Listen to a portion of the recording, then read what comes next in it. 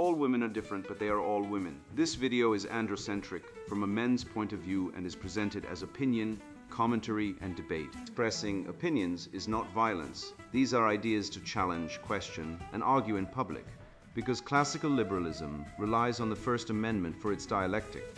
If you are a feminist, then consider this. If patriarchy truly existed as claimed, feminism could not. And if all men are trash and women are equal to men, then what are we to conclude? Women will die for their children, men will die for their wives and children, and God chose to die for all mankind. Authority rolls up with responsibility. If this framing of facts offends you, click off to a cute cat video.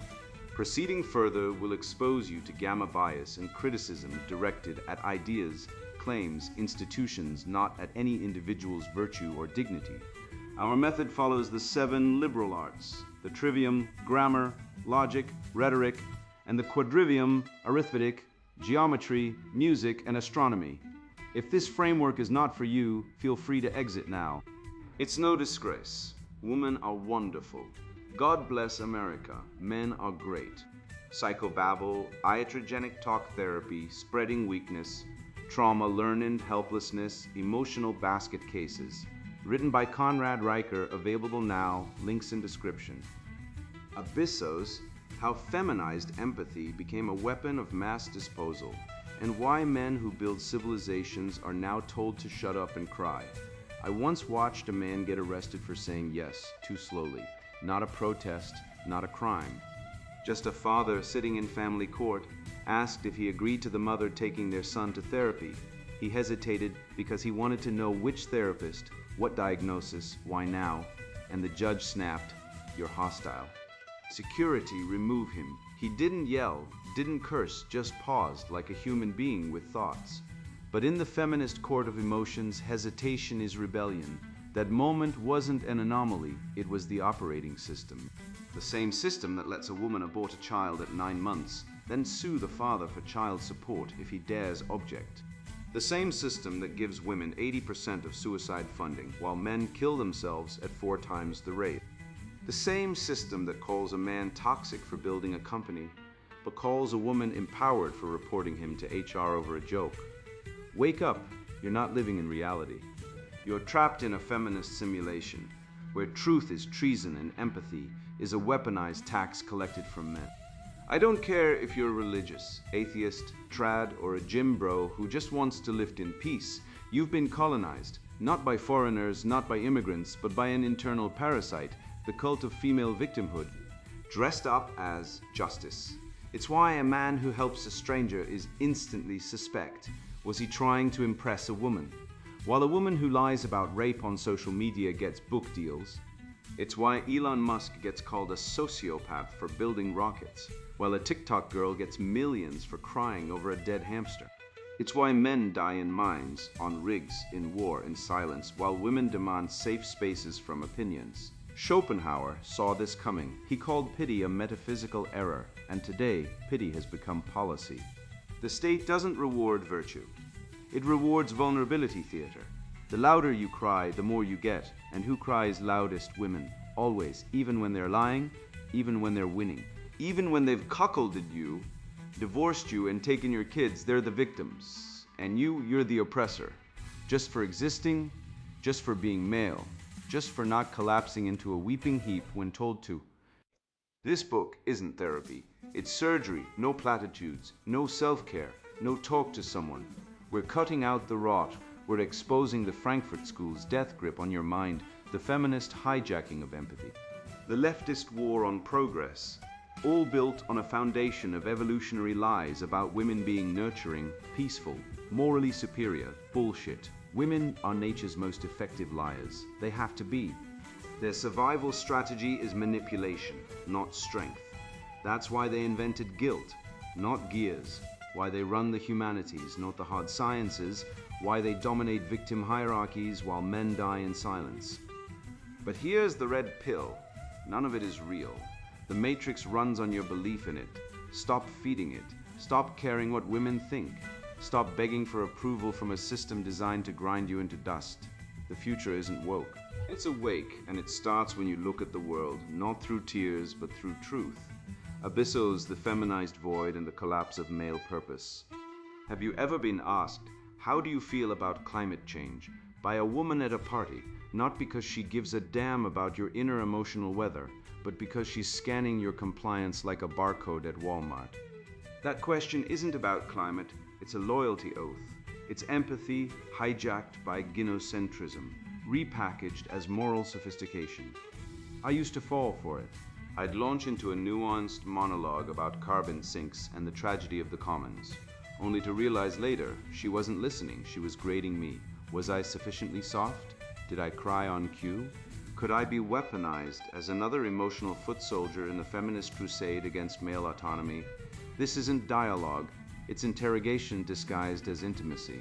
And it's the opening salvo in a war where men are not participants, but raw materials. Let's cut through the psychobabble. Women don't use empathy to understand men, they use it to disarm them. It's the velvet glove over the iron fist of gynocentric control. When a woman asks, how did that make you feel when your father left? She's not mining for psychological insight. She's conducting a stress test on your vulnerability. Pass, and you're rewarded with false intimacy. Fail by showing strength, logic, or indifference, and you're dumped like yesterday's trash. This is not compassion. This is emotional blackmail with a PhD in gender studies. Schopenhauer saw this coming a mile off.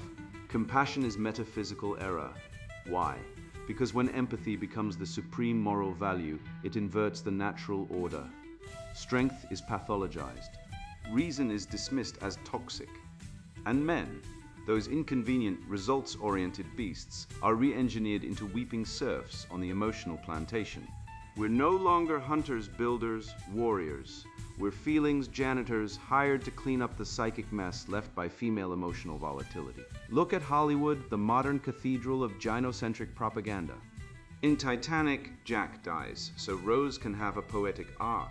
In Me Before You, Will Traynor is euthanized, so Louisa can grow emotionally. Where's the movie where the woman throws herself on the grenade so the man can live? You won't find it, because in the feminist mythos, male death is noble. Female death is tragic. Male suffering is a feature, not a bug. And don't even get me started on family court, where a man can pay 70% of household income for 15 years in child support, only to be granted 24 hours of visitation per month. The state doesn't protect fathers, it protects the mother's right to the father's wallet and labor. And when men break under the strain, 80% of suicides are men, 93% of workplace fatalities are men. But try getting a men's health booth at a university wellness fair. Good luck. They're too busy hosting menstrual cup workshops and toxic masculinity healing circles where grown men are told to cry more while their actual problems, debt, disenfranchisement, disconnection are ignored. And let's talk about this grotesque farce called the care economy. It's not an economy, it's a neo-feudal plantation where men are the serfs, tilling emotional soil they don't own. You go to therapy, pour your soul out, and what do you get? You need to be more vulnerable. You're already weeping into a 200-hour therapist's couch. What more do they want? A tear transfusion. Meanwhile, women dominate victim hierarchies like Olympic athletes. They earn more college degrees than men, live 5 years longer, receive 60% lighter sentences for the same crimes, and yet they're portrayed as an oppressed caste. Try telling a feminist that women initiate 70% of divorces or that false domestic violence claims skyrocket during custody battles. She'll call you ableist or patriarchal and change the subject. The truth: women aren't oppressed, they're weaponized. And men are the collateral damage in a culture that worships female fragility while demonizing male strength.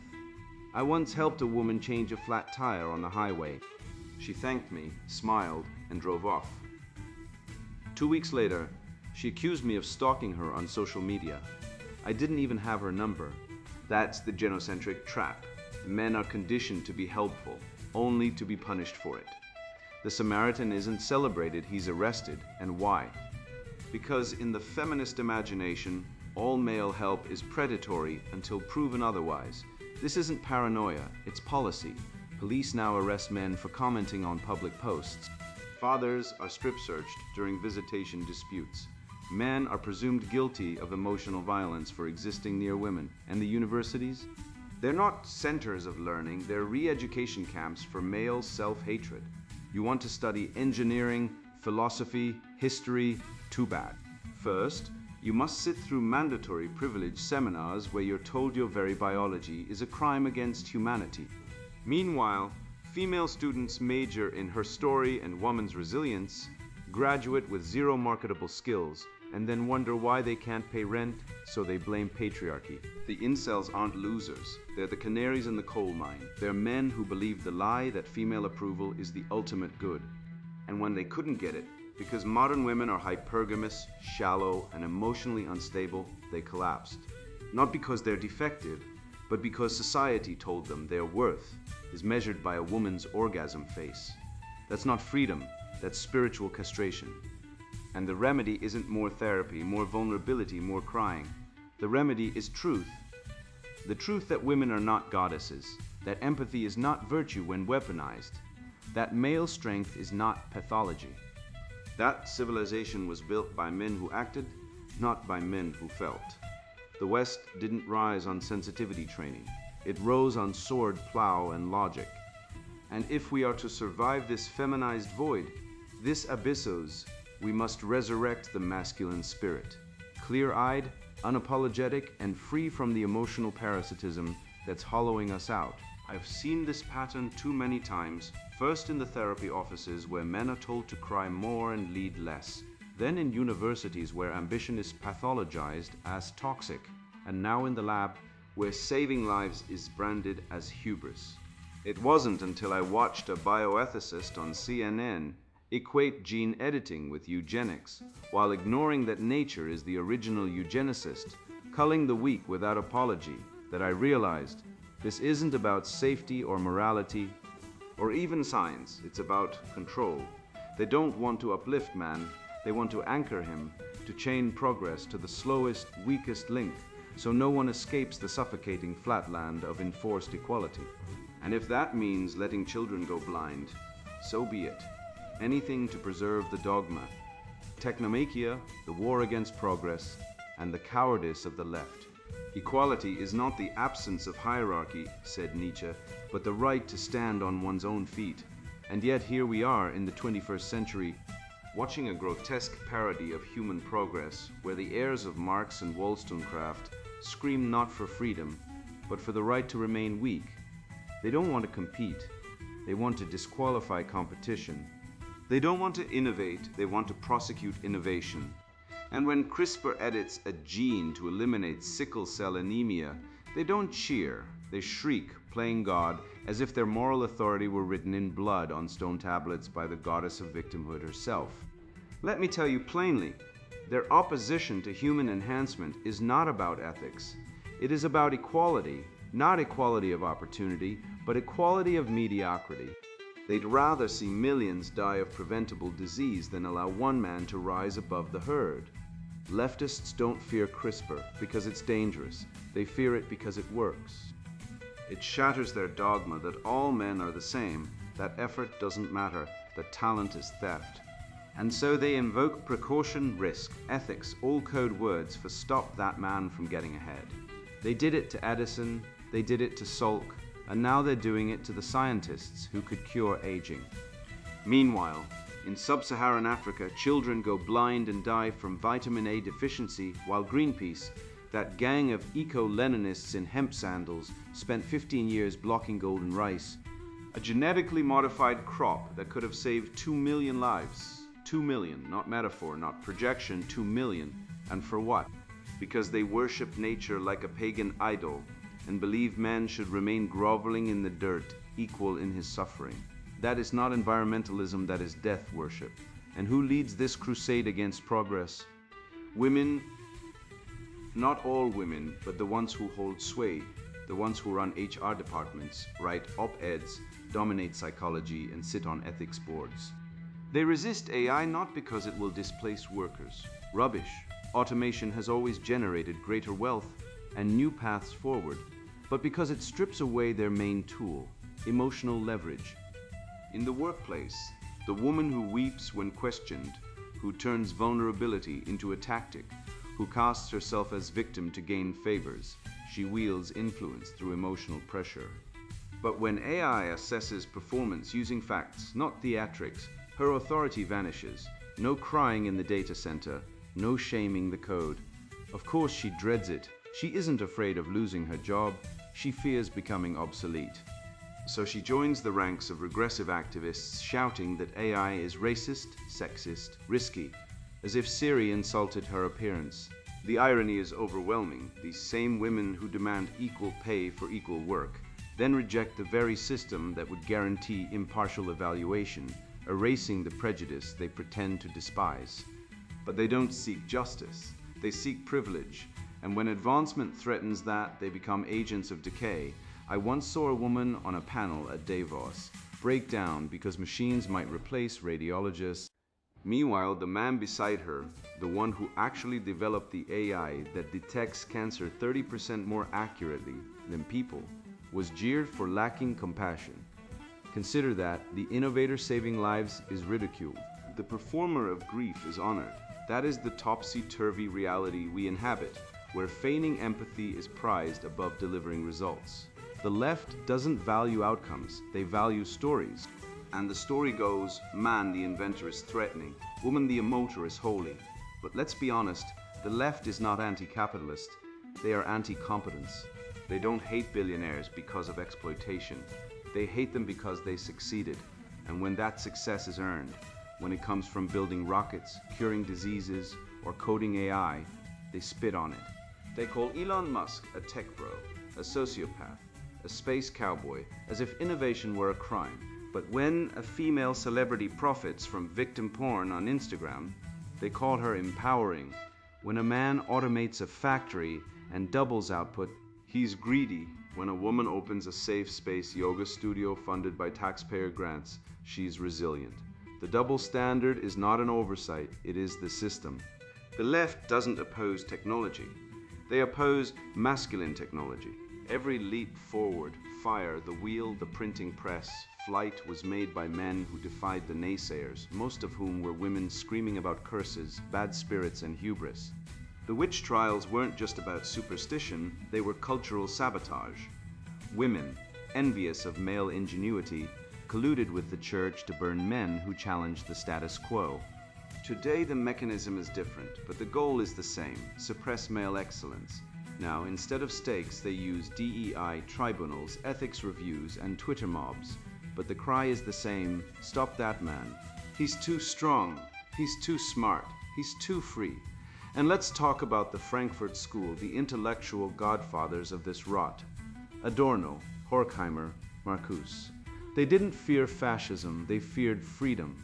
They feared a world where men could think for themselves, where reason reigned, where progress was inevitable. So they weaponized critical theory to poison education, art, and politics. Their goal? A permanently infantilized populace, dependent on the state, addicted to victimhood, allergic to hierarchy. And their heirs are everywhere: the gender studies professor who claims math is racist, the HR manager who bans toxic productivity, the climate activist who demands we return to the Stone Age. They don't want to solve problems, they want to ritualize suffering. Take climate alarmism, it's not science, it's a religion. Greta Thunberg is not a scientist, she's a priestess. Her sermons, guilt, her sacraments. Sacrifice. Her doctrine: men must atone for toxic innovation, for colonizing nature, for daring to build. But let's be clear, the countries with the cleanest air and water, America, Canada, Germany, are the ones with the most technology, the most industry, the most progress. Meanwhile, the nations with the worst pollution, India, China, Nigeria, are the ones with the weakest tech, the most poverty, the least innovation, yet the left blames the US for carbon sins while praising regimes that stone women for adultery. They oppose SpaceX launching rockets to Mars, wasteful they say, yet celebrate Saudi Arabia for finally allowing women to drive. Finally, after thousands of years, and that's their benchmark of progress. Not curing cancer, not ending hunger, not colonizing space, driving. Because in the leftist mind, Female convenience is the highest good, and male ambition is the ultimate sin.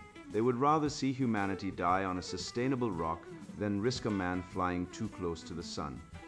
Icarus wasn't a cautionary tale. He was a pioneer, and we should be building wings, not graveyards. When I was 23, I sat in a therapist's office, paid for by my parents, because that's what civilized people used to do for their sons, only to be told that my anger was toxic because I didn't cry when my girlfriend cheated on me with my best friend. She laughed, he lied, and I didn't weep. Instead, I trained. I lifted weights, studied Nietzsche, and learned how to throw a proper right hook. The therapist called it repression. I called it not being a puppet in the emotional circus of women and their enablers. That day, I walked out and never paid for therapy again, because real men don't trade their dignity for a seat in the victim's confessional booth. And yet, the Duluth model, the feminist dogma that domestic violence is exclusively a male-perpetrated crime, still poisons police departments across America. In Minnesota, a man named Robert was arrested while holding a police report after his wife broke his jaw with a baseball bat. Why? Because she shed tears. He didn't. And in the Church of Female Suffering, tears are holy water, and silence is blasphemy. The Duluth model isn't policy. It's religious doctrine masquerading as science, built by Ellen Pence and her feminist acolytes, who believe men are born guilty and women are born victims. It's been adopted by governments, courts, and NGOs worldwide, and it has one core tenet: the man is always the abuser. Never mind the data. Never mind the man whose ribs are broken by a jealous woman. Never mind the father denied access to his children because his ex-wife said he looked at her funny. The Duluth model doesn't care about truth. It cares about power, and the power is in the tears. Hierarchy of victims, the lie that men must suffer in silence.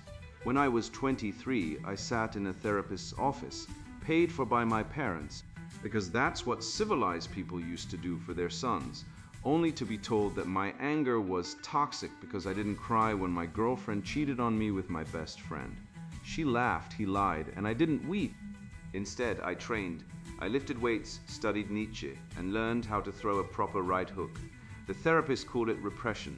I called it not being a puppet in the emotional circus of women and their enablers. That day, I walked out and never paid for therapy again, because real men don't trade their dignity for a seat in the victim's confessional booth.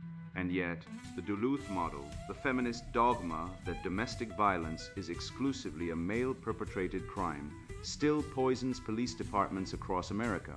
In Minnesota, a man named Robert was arrested while holding a police report after his wife broke his jaw with a baseball bat. Why? Because she shed tears. He didn't. And in the Church of Female Suffering, tears are holy water, and silence is blasphemy. The Duluth model isn't policy. It's religious doctrine masquerading as science, built by Ellen Pence and her feminist acolytes, who believe men are born guilty and women are born victims. It's been adopted by governments, courts, and NGOs worldwide, and it has one core tenet: the man is always the abuser. Never mind the data. Never mind the man whose ribs are broken by a jealous woman. Never mind the father denied access to his children because his ex-wife said he looked at her funny. The Duluth model doesn't care about truth. It cares about power, and the power is in the tears. Let's talk numbers, since facts are the kryptonite of feminist fantasy. Men are 3.5 times more likely to die by suicide than women. 38,000 American men annually, most between 45 and 65, often after losing their jobs, their kids, or their self-respect in a family court system that treats them like human ATMs. Yet 80% of suicide prevention funding goes to women's programs. How? Because in the hierarchy of victims, pain is not measured in blood but in identity. A woman who feels unsafe at a tech conference gets a 6-figure grant to study male fragility. A man who jumps off a bridge gets a coroner's report and a 12 funeral wreath from his ex-wife. The state doesn't fund healing, it funds victimhood. And the currency of victimhood is emotion, not evidence. Female tears are law, male silence is treason. Walk into any courtroom and watch. The woman sobs dramatically while accusing her ex of abuse, and the judge's eyes soften. The man sits stoic, clean-shaven, holding documents, proving custody violations, and the judge sees a cold, unfeeling brute. This isn't justice, it's theater. It's the Oprahization of law, where empathy trumps evidence and performance beats principle. The Stoics warned us, emotion without reason is tyranny, and today that tyranny runs the asylum. Schopenhauer saw it coming. He called pity a disease of the will, a weakness masquerading as virtue. Compassion, he wrote, is the denial of strength. And now, the state runs on compassion, on the monetization of misery. Every government agency, every university, every NGO is a pity processing plant, churning out victim identities like widgets. The more you suffer, the more you earn, grants, attention, influence. But there's one rule: you must suffer correctly. You must be female or gay or trans or non-white. If you're a straight white man, your suffering doesn't count. If you die in a coal mine, it's progress. If you die in startup failure, it's hustle culture. But if a woman stubs her toe on patriarchy, it's a national emergency. This is the doctrine of male disposability. Men are tools, not people. We fight wars, build cities, die in factories, and fund the welfare state, while women demand safe spaces from uncomfortable ideas. Let me be clear, there is no safe space from truth, and the truth is this: men are not oppressed by women. Men are exploited by them, and then blamed for the exploitation. The feminist doesn't want equality. She wants supremacy. She wants the man to suffer in silence while she screams from the rooftops, and if he dares to speak, she calls him toxic. Remember the Rolling Stone hoax? The Jackie story, 2014, about a woman gang raped at a UVA frat house. The media went full hysterical. Believe all women. College campuses erupted in rage. Frats were shut down, lives ruined, and then it was all lies. Jackie admitted, she made it up. The attack never happened, but did Rolling Stone apologize? Did the feminists eat their words? No, they pivoted. Even if this one was false, they said, the pattern is real. The pattern? The pattern is that women lie, institutions believe, and men are destroyed. And still the mantra persists, believe all women. Try that in a court of law, with any other claim. Believe all accountants. Believe all pilots, and you'd be laughed out. But for women, it's policy, it's gospel. The Church of Female Suffering has no need for evidence. Faith is enough, and the altar is built from the broken lives of men who dared to defend themselves. I once watched a YouTube video of a man being arrested for commenting "grow a pair" under a viral video of a woman crying about workplace sexism.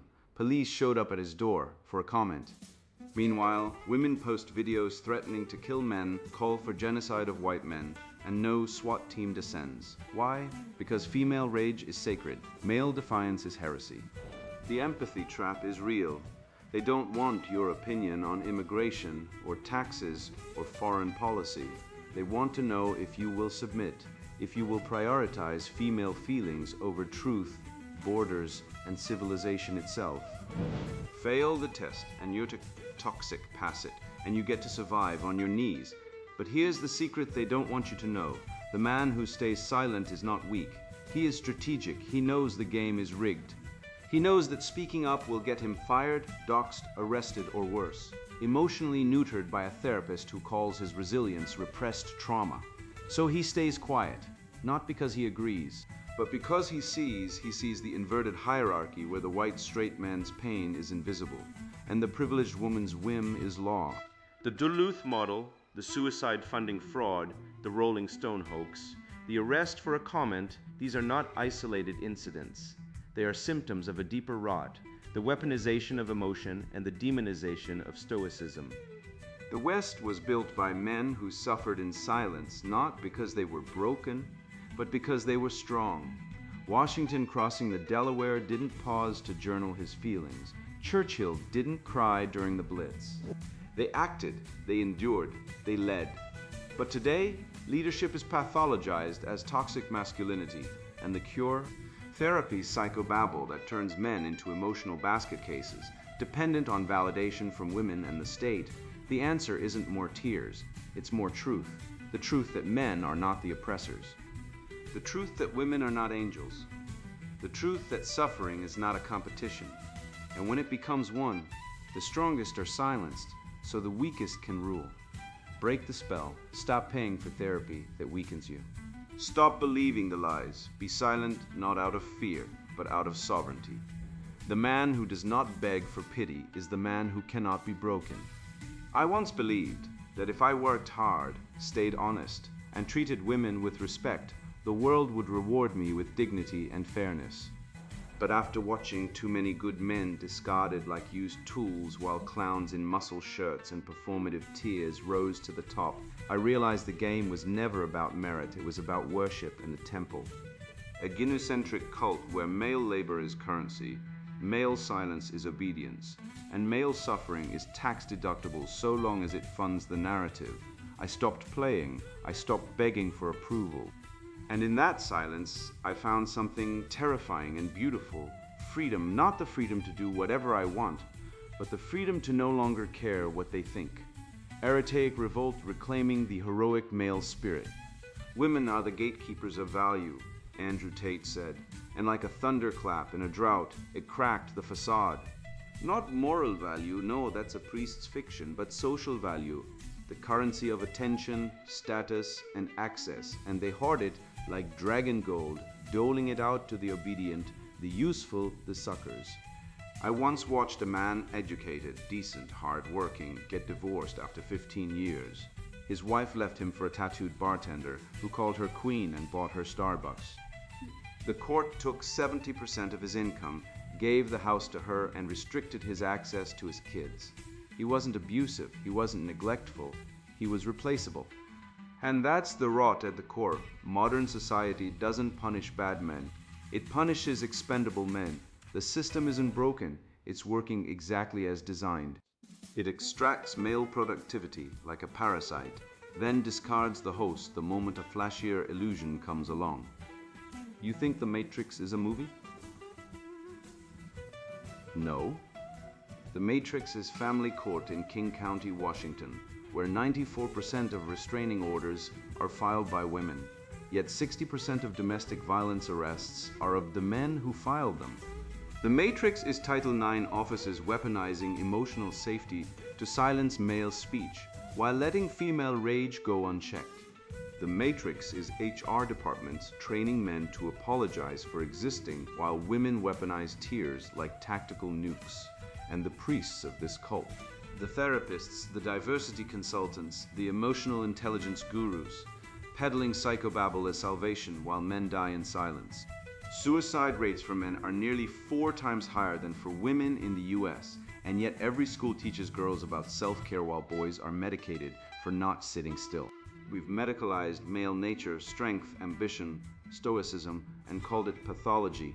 The cure, not more therapy, not more vulnerability, but the ancient Greek ideal of excellence, of virtue in action. Not virtue signaling, virtue earning. Sparta didn't build sensitivity workshops. They built an agoge, a brutal, beautiful system of initiation that forged men out of boys, no medals for participation. No trophies for showing up. You either became a warrior or you died in the process.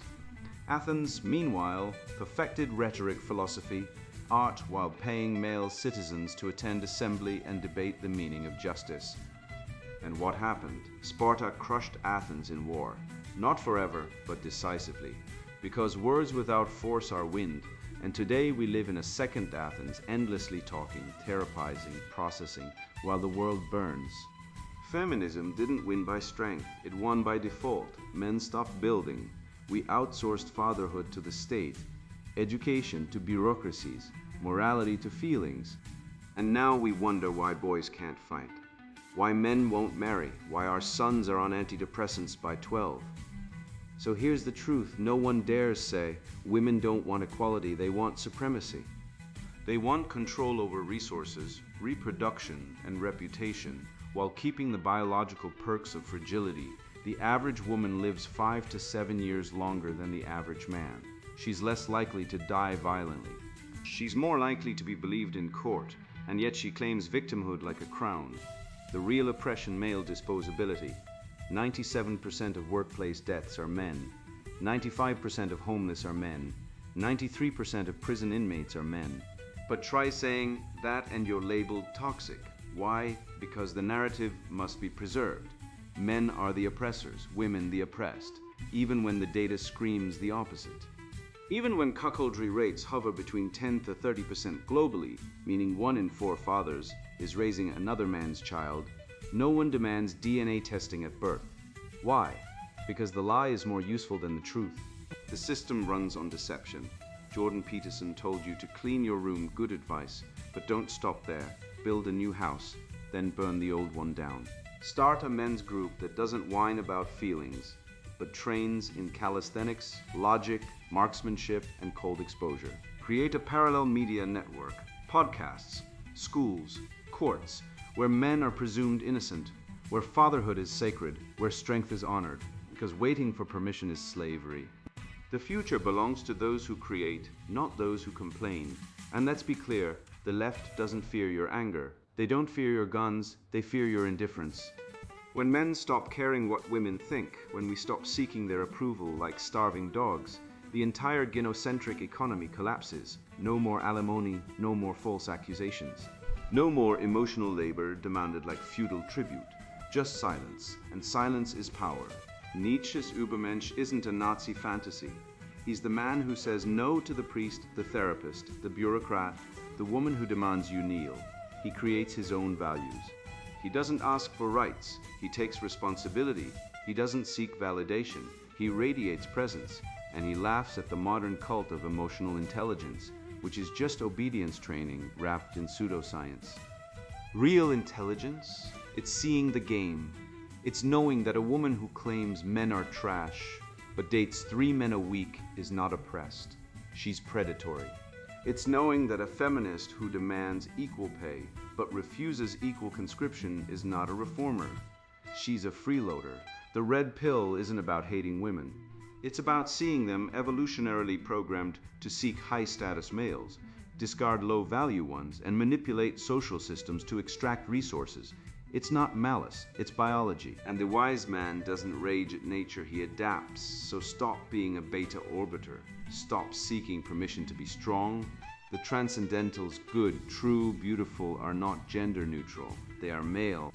The good is virtue in action, Hector defending Troy. The true is logic and fact, Archimedes in his bath. The beautiful is the human form in proportion, Michelangelo's David. These are not accidents. They are the fruits of masculine spirit. And they've been buried under centuries of feminized rot, of therapy speak, of victim Olympics, of the lie that everyone is equal. They're not. Some men are better, some are stronger, some are wiser. And that's not oppression, it's riti. The heroic male spirit isn't dead. It's sleeping. Wake it, train it, live it. Because when men reclaim excellence as their birthright, the spell breaks. The matrix flickers. And the future, our future begins. You think the world needs saving. It doesn't. You do. And not from climate change or capitalism or the patriarchy. Those are symptoms, not the disease. The disease is you believing that your worth is measured by whether a woman smiles at you, whether a diversity officer nods approvingly, or whether Twitter calls you kind for nodding along when they demand you feel guilty for being born male. Let me be clear. The average woman has sex with 7.2 partners before settling down 7.2. And yet she'll look you in the eye and tell you you're the one with commitment issues. She'll abort 3 children, blame society, then demand you pay child support for the 4th. She'll cry in court and get full custody while you're banned from seeing your kids for saying Happy Father's Day in a text. And the state rewards this. 80% of suicide funding goes to women, even though men kill themselves at 3.5 times the rate. That's not compassion, that's organized theft of dignity. I don't care if you're religious or not, but let's be honest, if God were a woman, he'd have canceled creation after the first rainy Tuesday. Women don't build civilizations, they consume them. They didn't invent fire, the wheel, or the internet. They didn't storm the beaches of Normandy or cure polio. They complain about the mess men make while living in the houses men built, eating the food men grew, using the phones men engineered. Feminism isn't a movement, it's a protection racket, and the left, they're the enforcers. They weaponize empathy like it's a cudgel, asking you how you feel about immigration not because they care about your insight, but because they want to see if you'll betray your people to win a participation trophy in their moral theater. Real empathy? Real empathy is building a fusion reactor that powers a continent. The rest is emotional coupon clipping. You've been told to check your privilege your whole life. Fine, let's check hers. She lives 6 years longer than you. She earns more degrees. She gets lighter sentences for the same crimes. She can abandon her children legally. She can accuse you of rape with zero evidence and watch you lose your job, your reputation, your life, and still get praised as brave. Meanwhile, you die in mines on battlefields, in startup garages, and get called toxic for expecting respect. The Duluth model, the feminist framework for domestic violence, assumes you're guilty before you speak. If she scratches you and calls the cops, you go to jail. If you bleed out in silence, no one notices. This isn't oppression, this is war. And you've been fighting it alone, brainwashed into believing the enemy is yourself. So here's your awakening. Stop serving. Stop seeking validation from women who trade you for a latte and a yoga instructor. Stop begging the system that despises you to finally see you. Build, create, lift, fight, not for them, for you.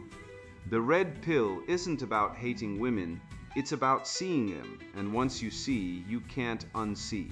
You'll notice the 25% of women who cheat in marriage, not because they're bad, but because biology rewards their deception.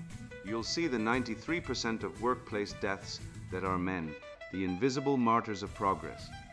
You'll realize that every time you show empathy on command, you're being vetted for exploitation.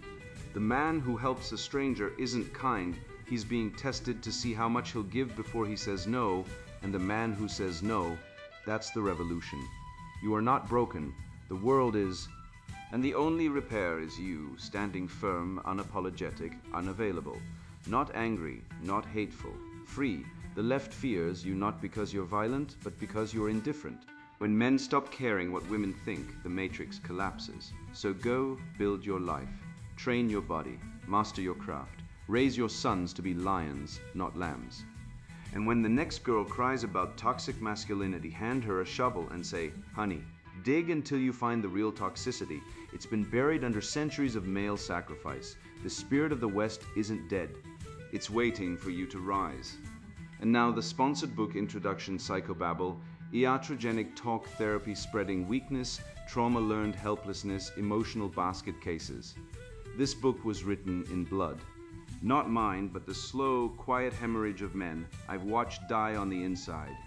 Good men, strong men, men who once carried the world on their backs, reduced to whispering about their inner child while crying into journals handed to them by women who've never lifted a hammer, never fought a day in their lives, never built anything that lasted.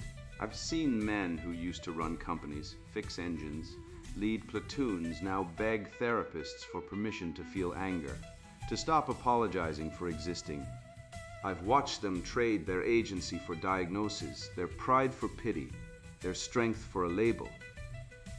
And I've asked, who benefits?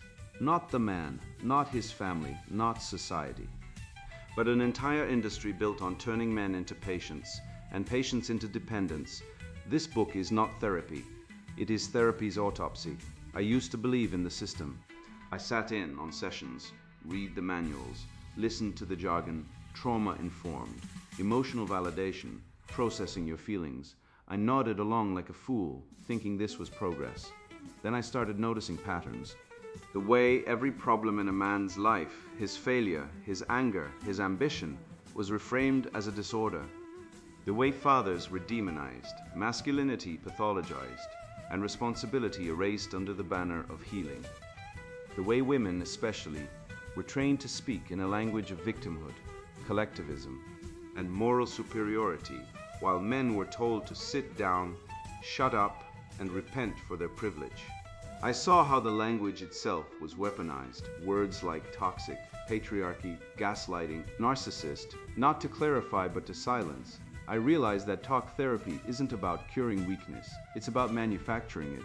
And the people doing the manufacturing aren't healers. They're ideologues in lab coats. This book is for men who are tired of being told they're broken. Men who refuse to blame their father for every flat tire, every failed relationship, every bad day at work. Men who still believe in logic, in reason, in the trivium, grammar, rhetoric, logic, as tools to dismantle lies. Men who know that the Western canon, the Greeks, the Christians, the Enlightenment thinkers, wasn't built by people who sat around crying about their trauma. It was built by people who faced suffering, mastered themselves, and created something greater than their pain. If you are a man who has ever been called toxic for setting a boundary, abusive for saying no, emotionally stunted for not crying on command, this book is your defense.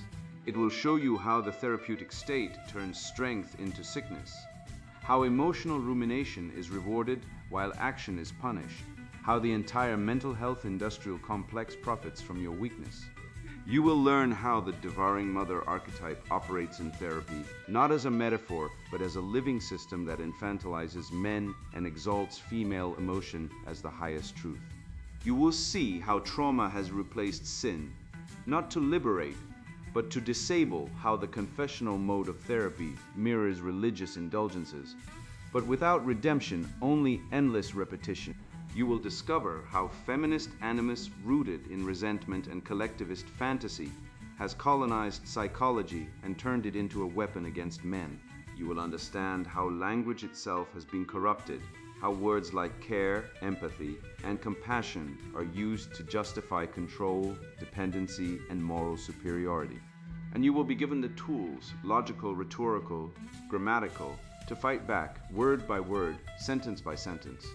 If you are not this man, if you are someone who believes that men are the problem, that masculinity is a disease, that emotional display is virtue, that victimhood is power, that therapy is salvation, then close this book now. Put it down, go watch a TED Talk, join a support group, write a poem about your feelings. This book is not for you. It will not comfort you. It will not validate you. It will expose you. The ideas here are not safe. They are not inclusive. They are not diverse. They are true, and truth, as you well know, is the most dangerous thing in the world to those who depend on illusion. Psychobabble, iatrogenic talk therapy spreading weakness, trauma learned helplessness, emotional basket cases. Written by Conrad Riker. Buy now, links in description.